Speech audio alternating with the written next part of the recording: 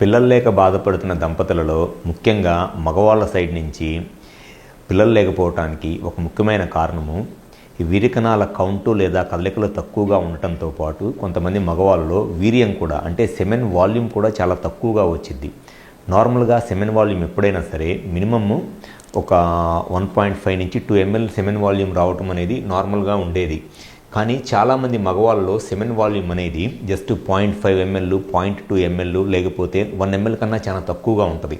So ఎవరిలో అయితే ఈ సెమెన్ వాల్యూమ్ అనేది బాగా తక్కువగా ఉంటుంది అంటే వీర్యం అనేది చాలా తక్కువగా వస్తుందో దానివల్ల కూడా పిల్లలు లేకపోవడానికి చాలా ముఖ్యమైన కారణము.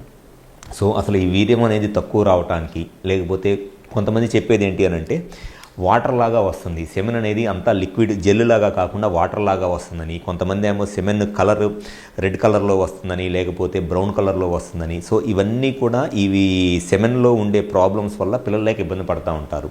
అసలు ఈ సెమెన్ వాల్యూమ్ అంటే వీర్యం తక్కువ రావడానికి లేకపోతే సెమెన్ అనేది కలర్ చేంజ్ అయ్యి వాటర్ లాగా రావడానికి రీజన్స్ ఏమిటి అనేది ఈ వీడియోలో డీటెయిల్గా చెప్తాను. నా పేరు doctor Kranthikumar Reddy, consultant andrologist, J andrology and men's health. మాకు విజయవాడ, వైజాగ్, రాజమండ్రి, నెల్లూరు మరియు కర్నూలులో బ్రాంచెస్ ఉన్నాయి. అండ్ ముఖ్యంగా నేను మగవాళ్ళలో ఎటువంటి సంతాన సమస్యలు ఉన్నా ఈ వీరికణాల కౌంటు లేదా కదలికల్లో ప్రాబ్లం ఉండి పిల్లలకి ఇబ్బంది పడుతుంటే అటువంటి ప్రాబ్లమ్స్ నేను ట్రీట్మెంట్ చేస్తాను. సో చాలామంది మగవాళ్ళలో ఉండే ఒక ప్రాబ్లం ఏంటి పిల్లలు లేకపోవటానికనంటే వీరికణాల కౌంటు లేదా కదలికలు తక్కువగా ఉండడంతో పాటు ఈ వీర్యం అనేది సెమెన్ అనేది కూడా చాలా తక్కువగా వచ్చింది అనమాట. ఈ సెమెన్ తక్కువగా రావడానికి ఒక మెయిన్ రీజన్ వచ్చేసి ఫస్ట్ రీజన్ వచ్చేసి టెస్టిస్ సైజు, ఈ బీర్జాల సైజు అనేది చిన్నగా ఉండటము. ఎందుకనంటే సెమెన్ అనేది బీర్జాల నుంచే వచ్చింది, ప్లస్ ఈ బీర్జాల నుంచి టెస్టిస్ నుంచి టెస్టోస్టెరాన్ హార్మోన్ రావటం వల్లే సెమెన్ వచ్చింది. కొంతమందిలో ఈ టెస్టిస్ సైజ్ అనేది చాలా చిన్నగా ఉండటం వల్ల దీని నుంచి వచ్చే టెస్టోస్టెరాన్ హార్మోన్ తక్కువగా ఉండి దానివల్ల సెమెన్ వాల్యూమ్ చాలా తక్కువగా వచ్చింది. అది మెయిన్ రీజన్. ఫస్ట్ రీజన్ వచ్చేసి టెస్టిస్ సైజ్ చిన్నగా ఉండటము, టెస్టిస్ నుంచి టెస్టోస్టెరాన్ హార్మోన్ తక్కువగా రావటం, అది ఫస్ట్ రీజన్.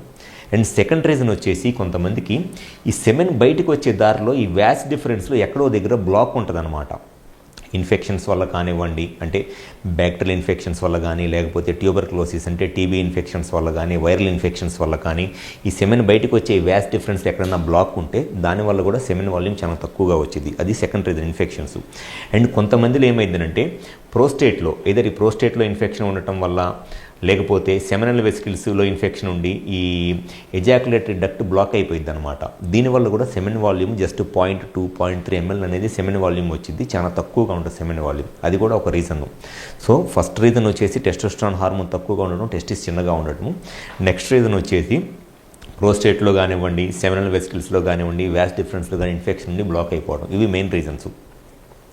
ఇంకొంతమంది పేషెంట్స్లో డయాబెటీస్ అంటే ఎవరిలో అయితే షుగర్ ఉండి షుగర్ కంట్రోల్లో ఉండదో వాళ్ళలో కూడా ఈ సెమెన్ వచ్చే దారి బ్లాక్ అయిపోవటము లేకపోతే సెమెన్ వాళ్ళకి బయటికి రాకుండా బ్లాడర్లోకి వెళ్ళిపోయింది అనమాట.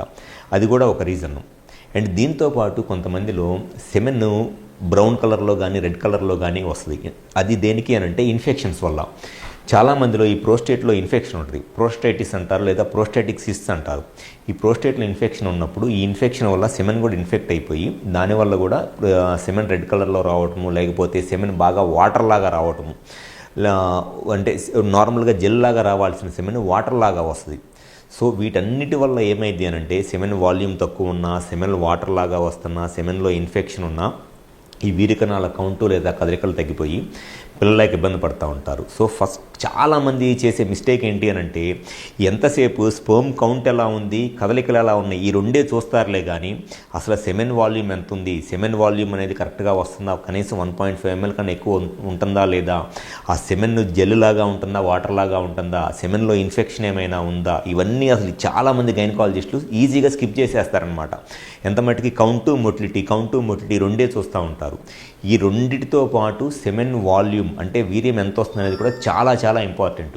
సో ఎవరిలో అయితే పిల్లలకి ఇబ్బంది పడతా అసలు మీకు కరెక్ట్గా మీ ప్రాబ్లంకి రీజన్ ఏంటి అని తెలుసుకోవాలి అనుకుంటే సెమెన్ టెస్ట్లో ఫస్ట్ చూసుకోవాల్సింది సెమెన్ కౌంటు మొటిలిటీ ఎంత ఇంపార్టెంటో, సెమెన్ వాల్యూమ్ ఎంత వస్తుంది, సెమెన్ వాల్యూమ్ ఒకవేళ తక్కువగా వస్తుంటే రీజన్ ఏంటి, టెస్టిస్ సైజ్ ఎలా ఉంది, టెస్టిస్లో సైజ్తో పాటు టెస్టోస్టెరాన్ హార్మోన్ ఎలా ఉంది, సెమెన్ బయటకు వచ్చే దారిలో ఏమైనా ఇన్ఫెక్షన్ కానీ అబ్స్ట్రక్షన్ కానీ ఏమైనా ఉన్నాయా, లేకపోతే ప్రోస్టేట్లో కానీ సెమినల్ వెసికిల్స్లో కానీ ఇన్ఫెక్షన్ ఏమైనా ఉందా, లేదా ప్రోస్టాటిక్ సిస్ట్లు ఏమైనా ఉన్నాయా, ఇవన్నీ చెక్ చేసుకుంటేనే ప్రాపర్గా మనము ఆ స్పర్మ్ కౌంట్కి కానీ సెమెన్ వాల్యూమ్ కానీ ట్రీట్మెంట్ చేసినట్లయితే కౌంట్ పెరగటము, కదలికలు పెరగటము, సెమెన్ వాల్యూమ్ పెరిగి న్యాచురల్గా ప్రెగ్నెన్సీ రావడానికి చాలా ఎక్కువ ఛాన్సెస్ ఉంటాయి.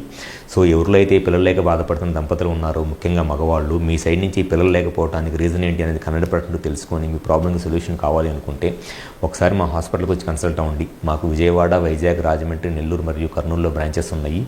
ఈ 5 ప్లేసెస్ ఎక్కడైనా సరే వచ్చి కన్సల్ట్ అవ్వండి. డెఫినెట్గా మీ సైడ్ నుంచి స్పర్మ్ కౌంట్ తక్కువగా ఉండడానికి రీజన్ ఏంటి అనేది కనుక చెక్ చేస్తే గ్యారంటీగా మీ ప్రాబ్లమ్ సొల్యూషన్ చెప్పడం జరుగుతుంది. అండ్ న్యాచురల్గా ప్రెగ్నెన్సీ రావడానికి చాలా ఎక్కువ అవకాశం ఉంటుంది. Thank you.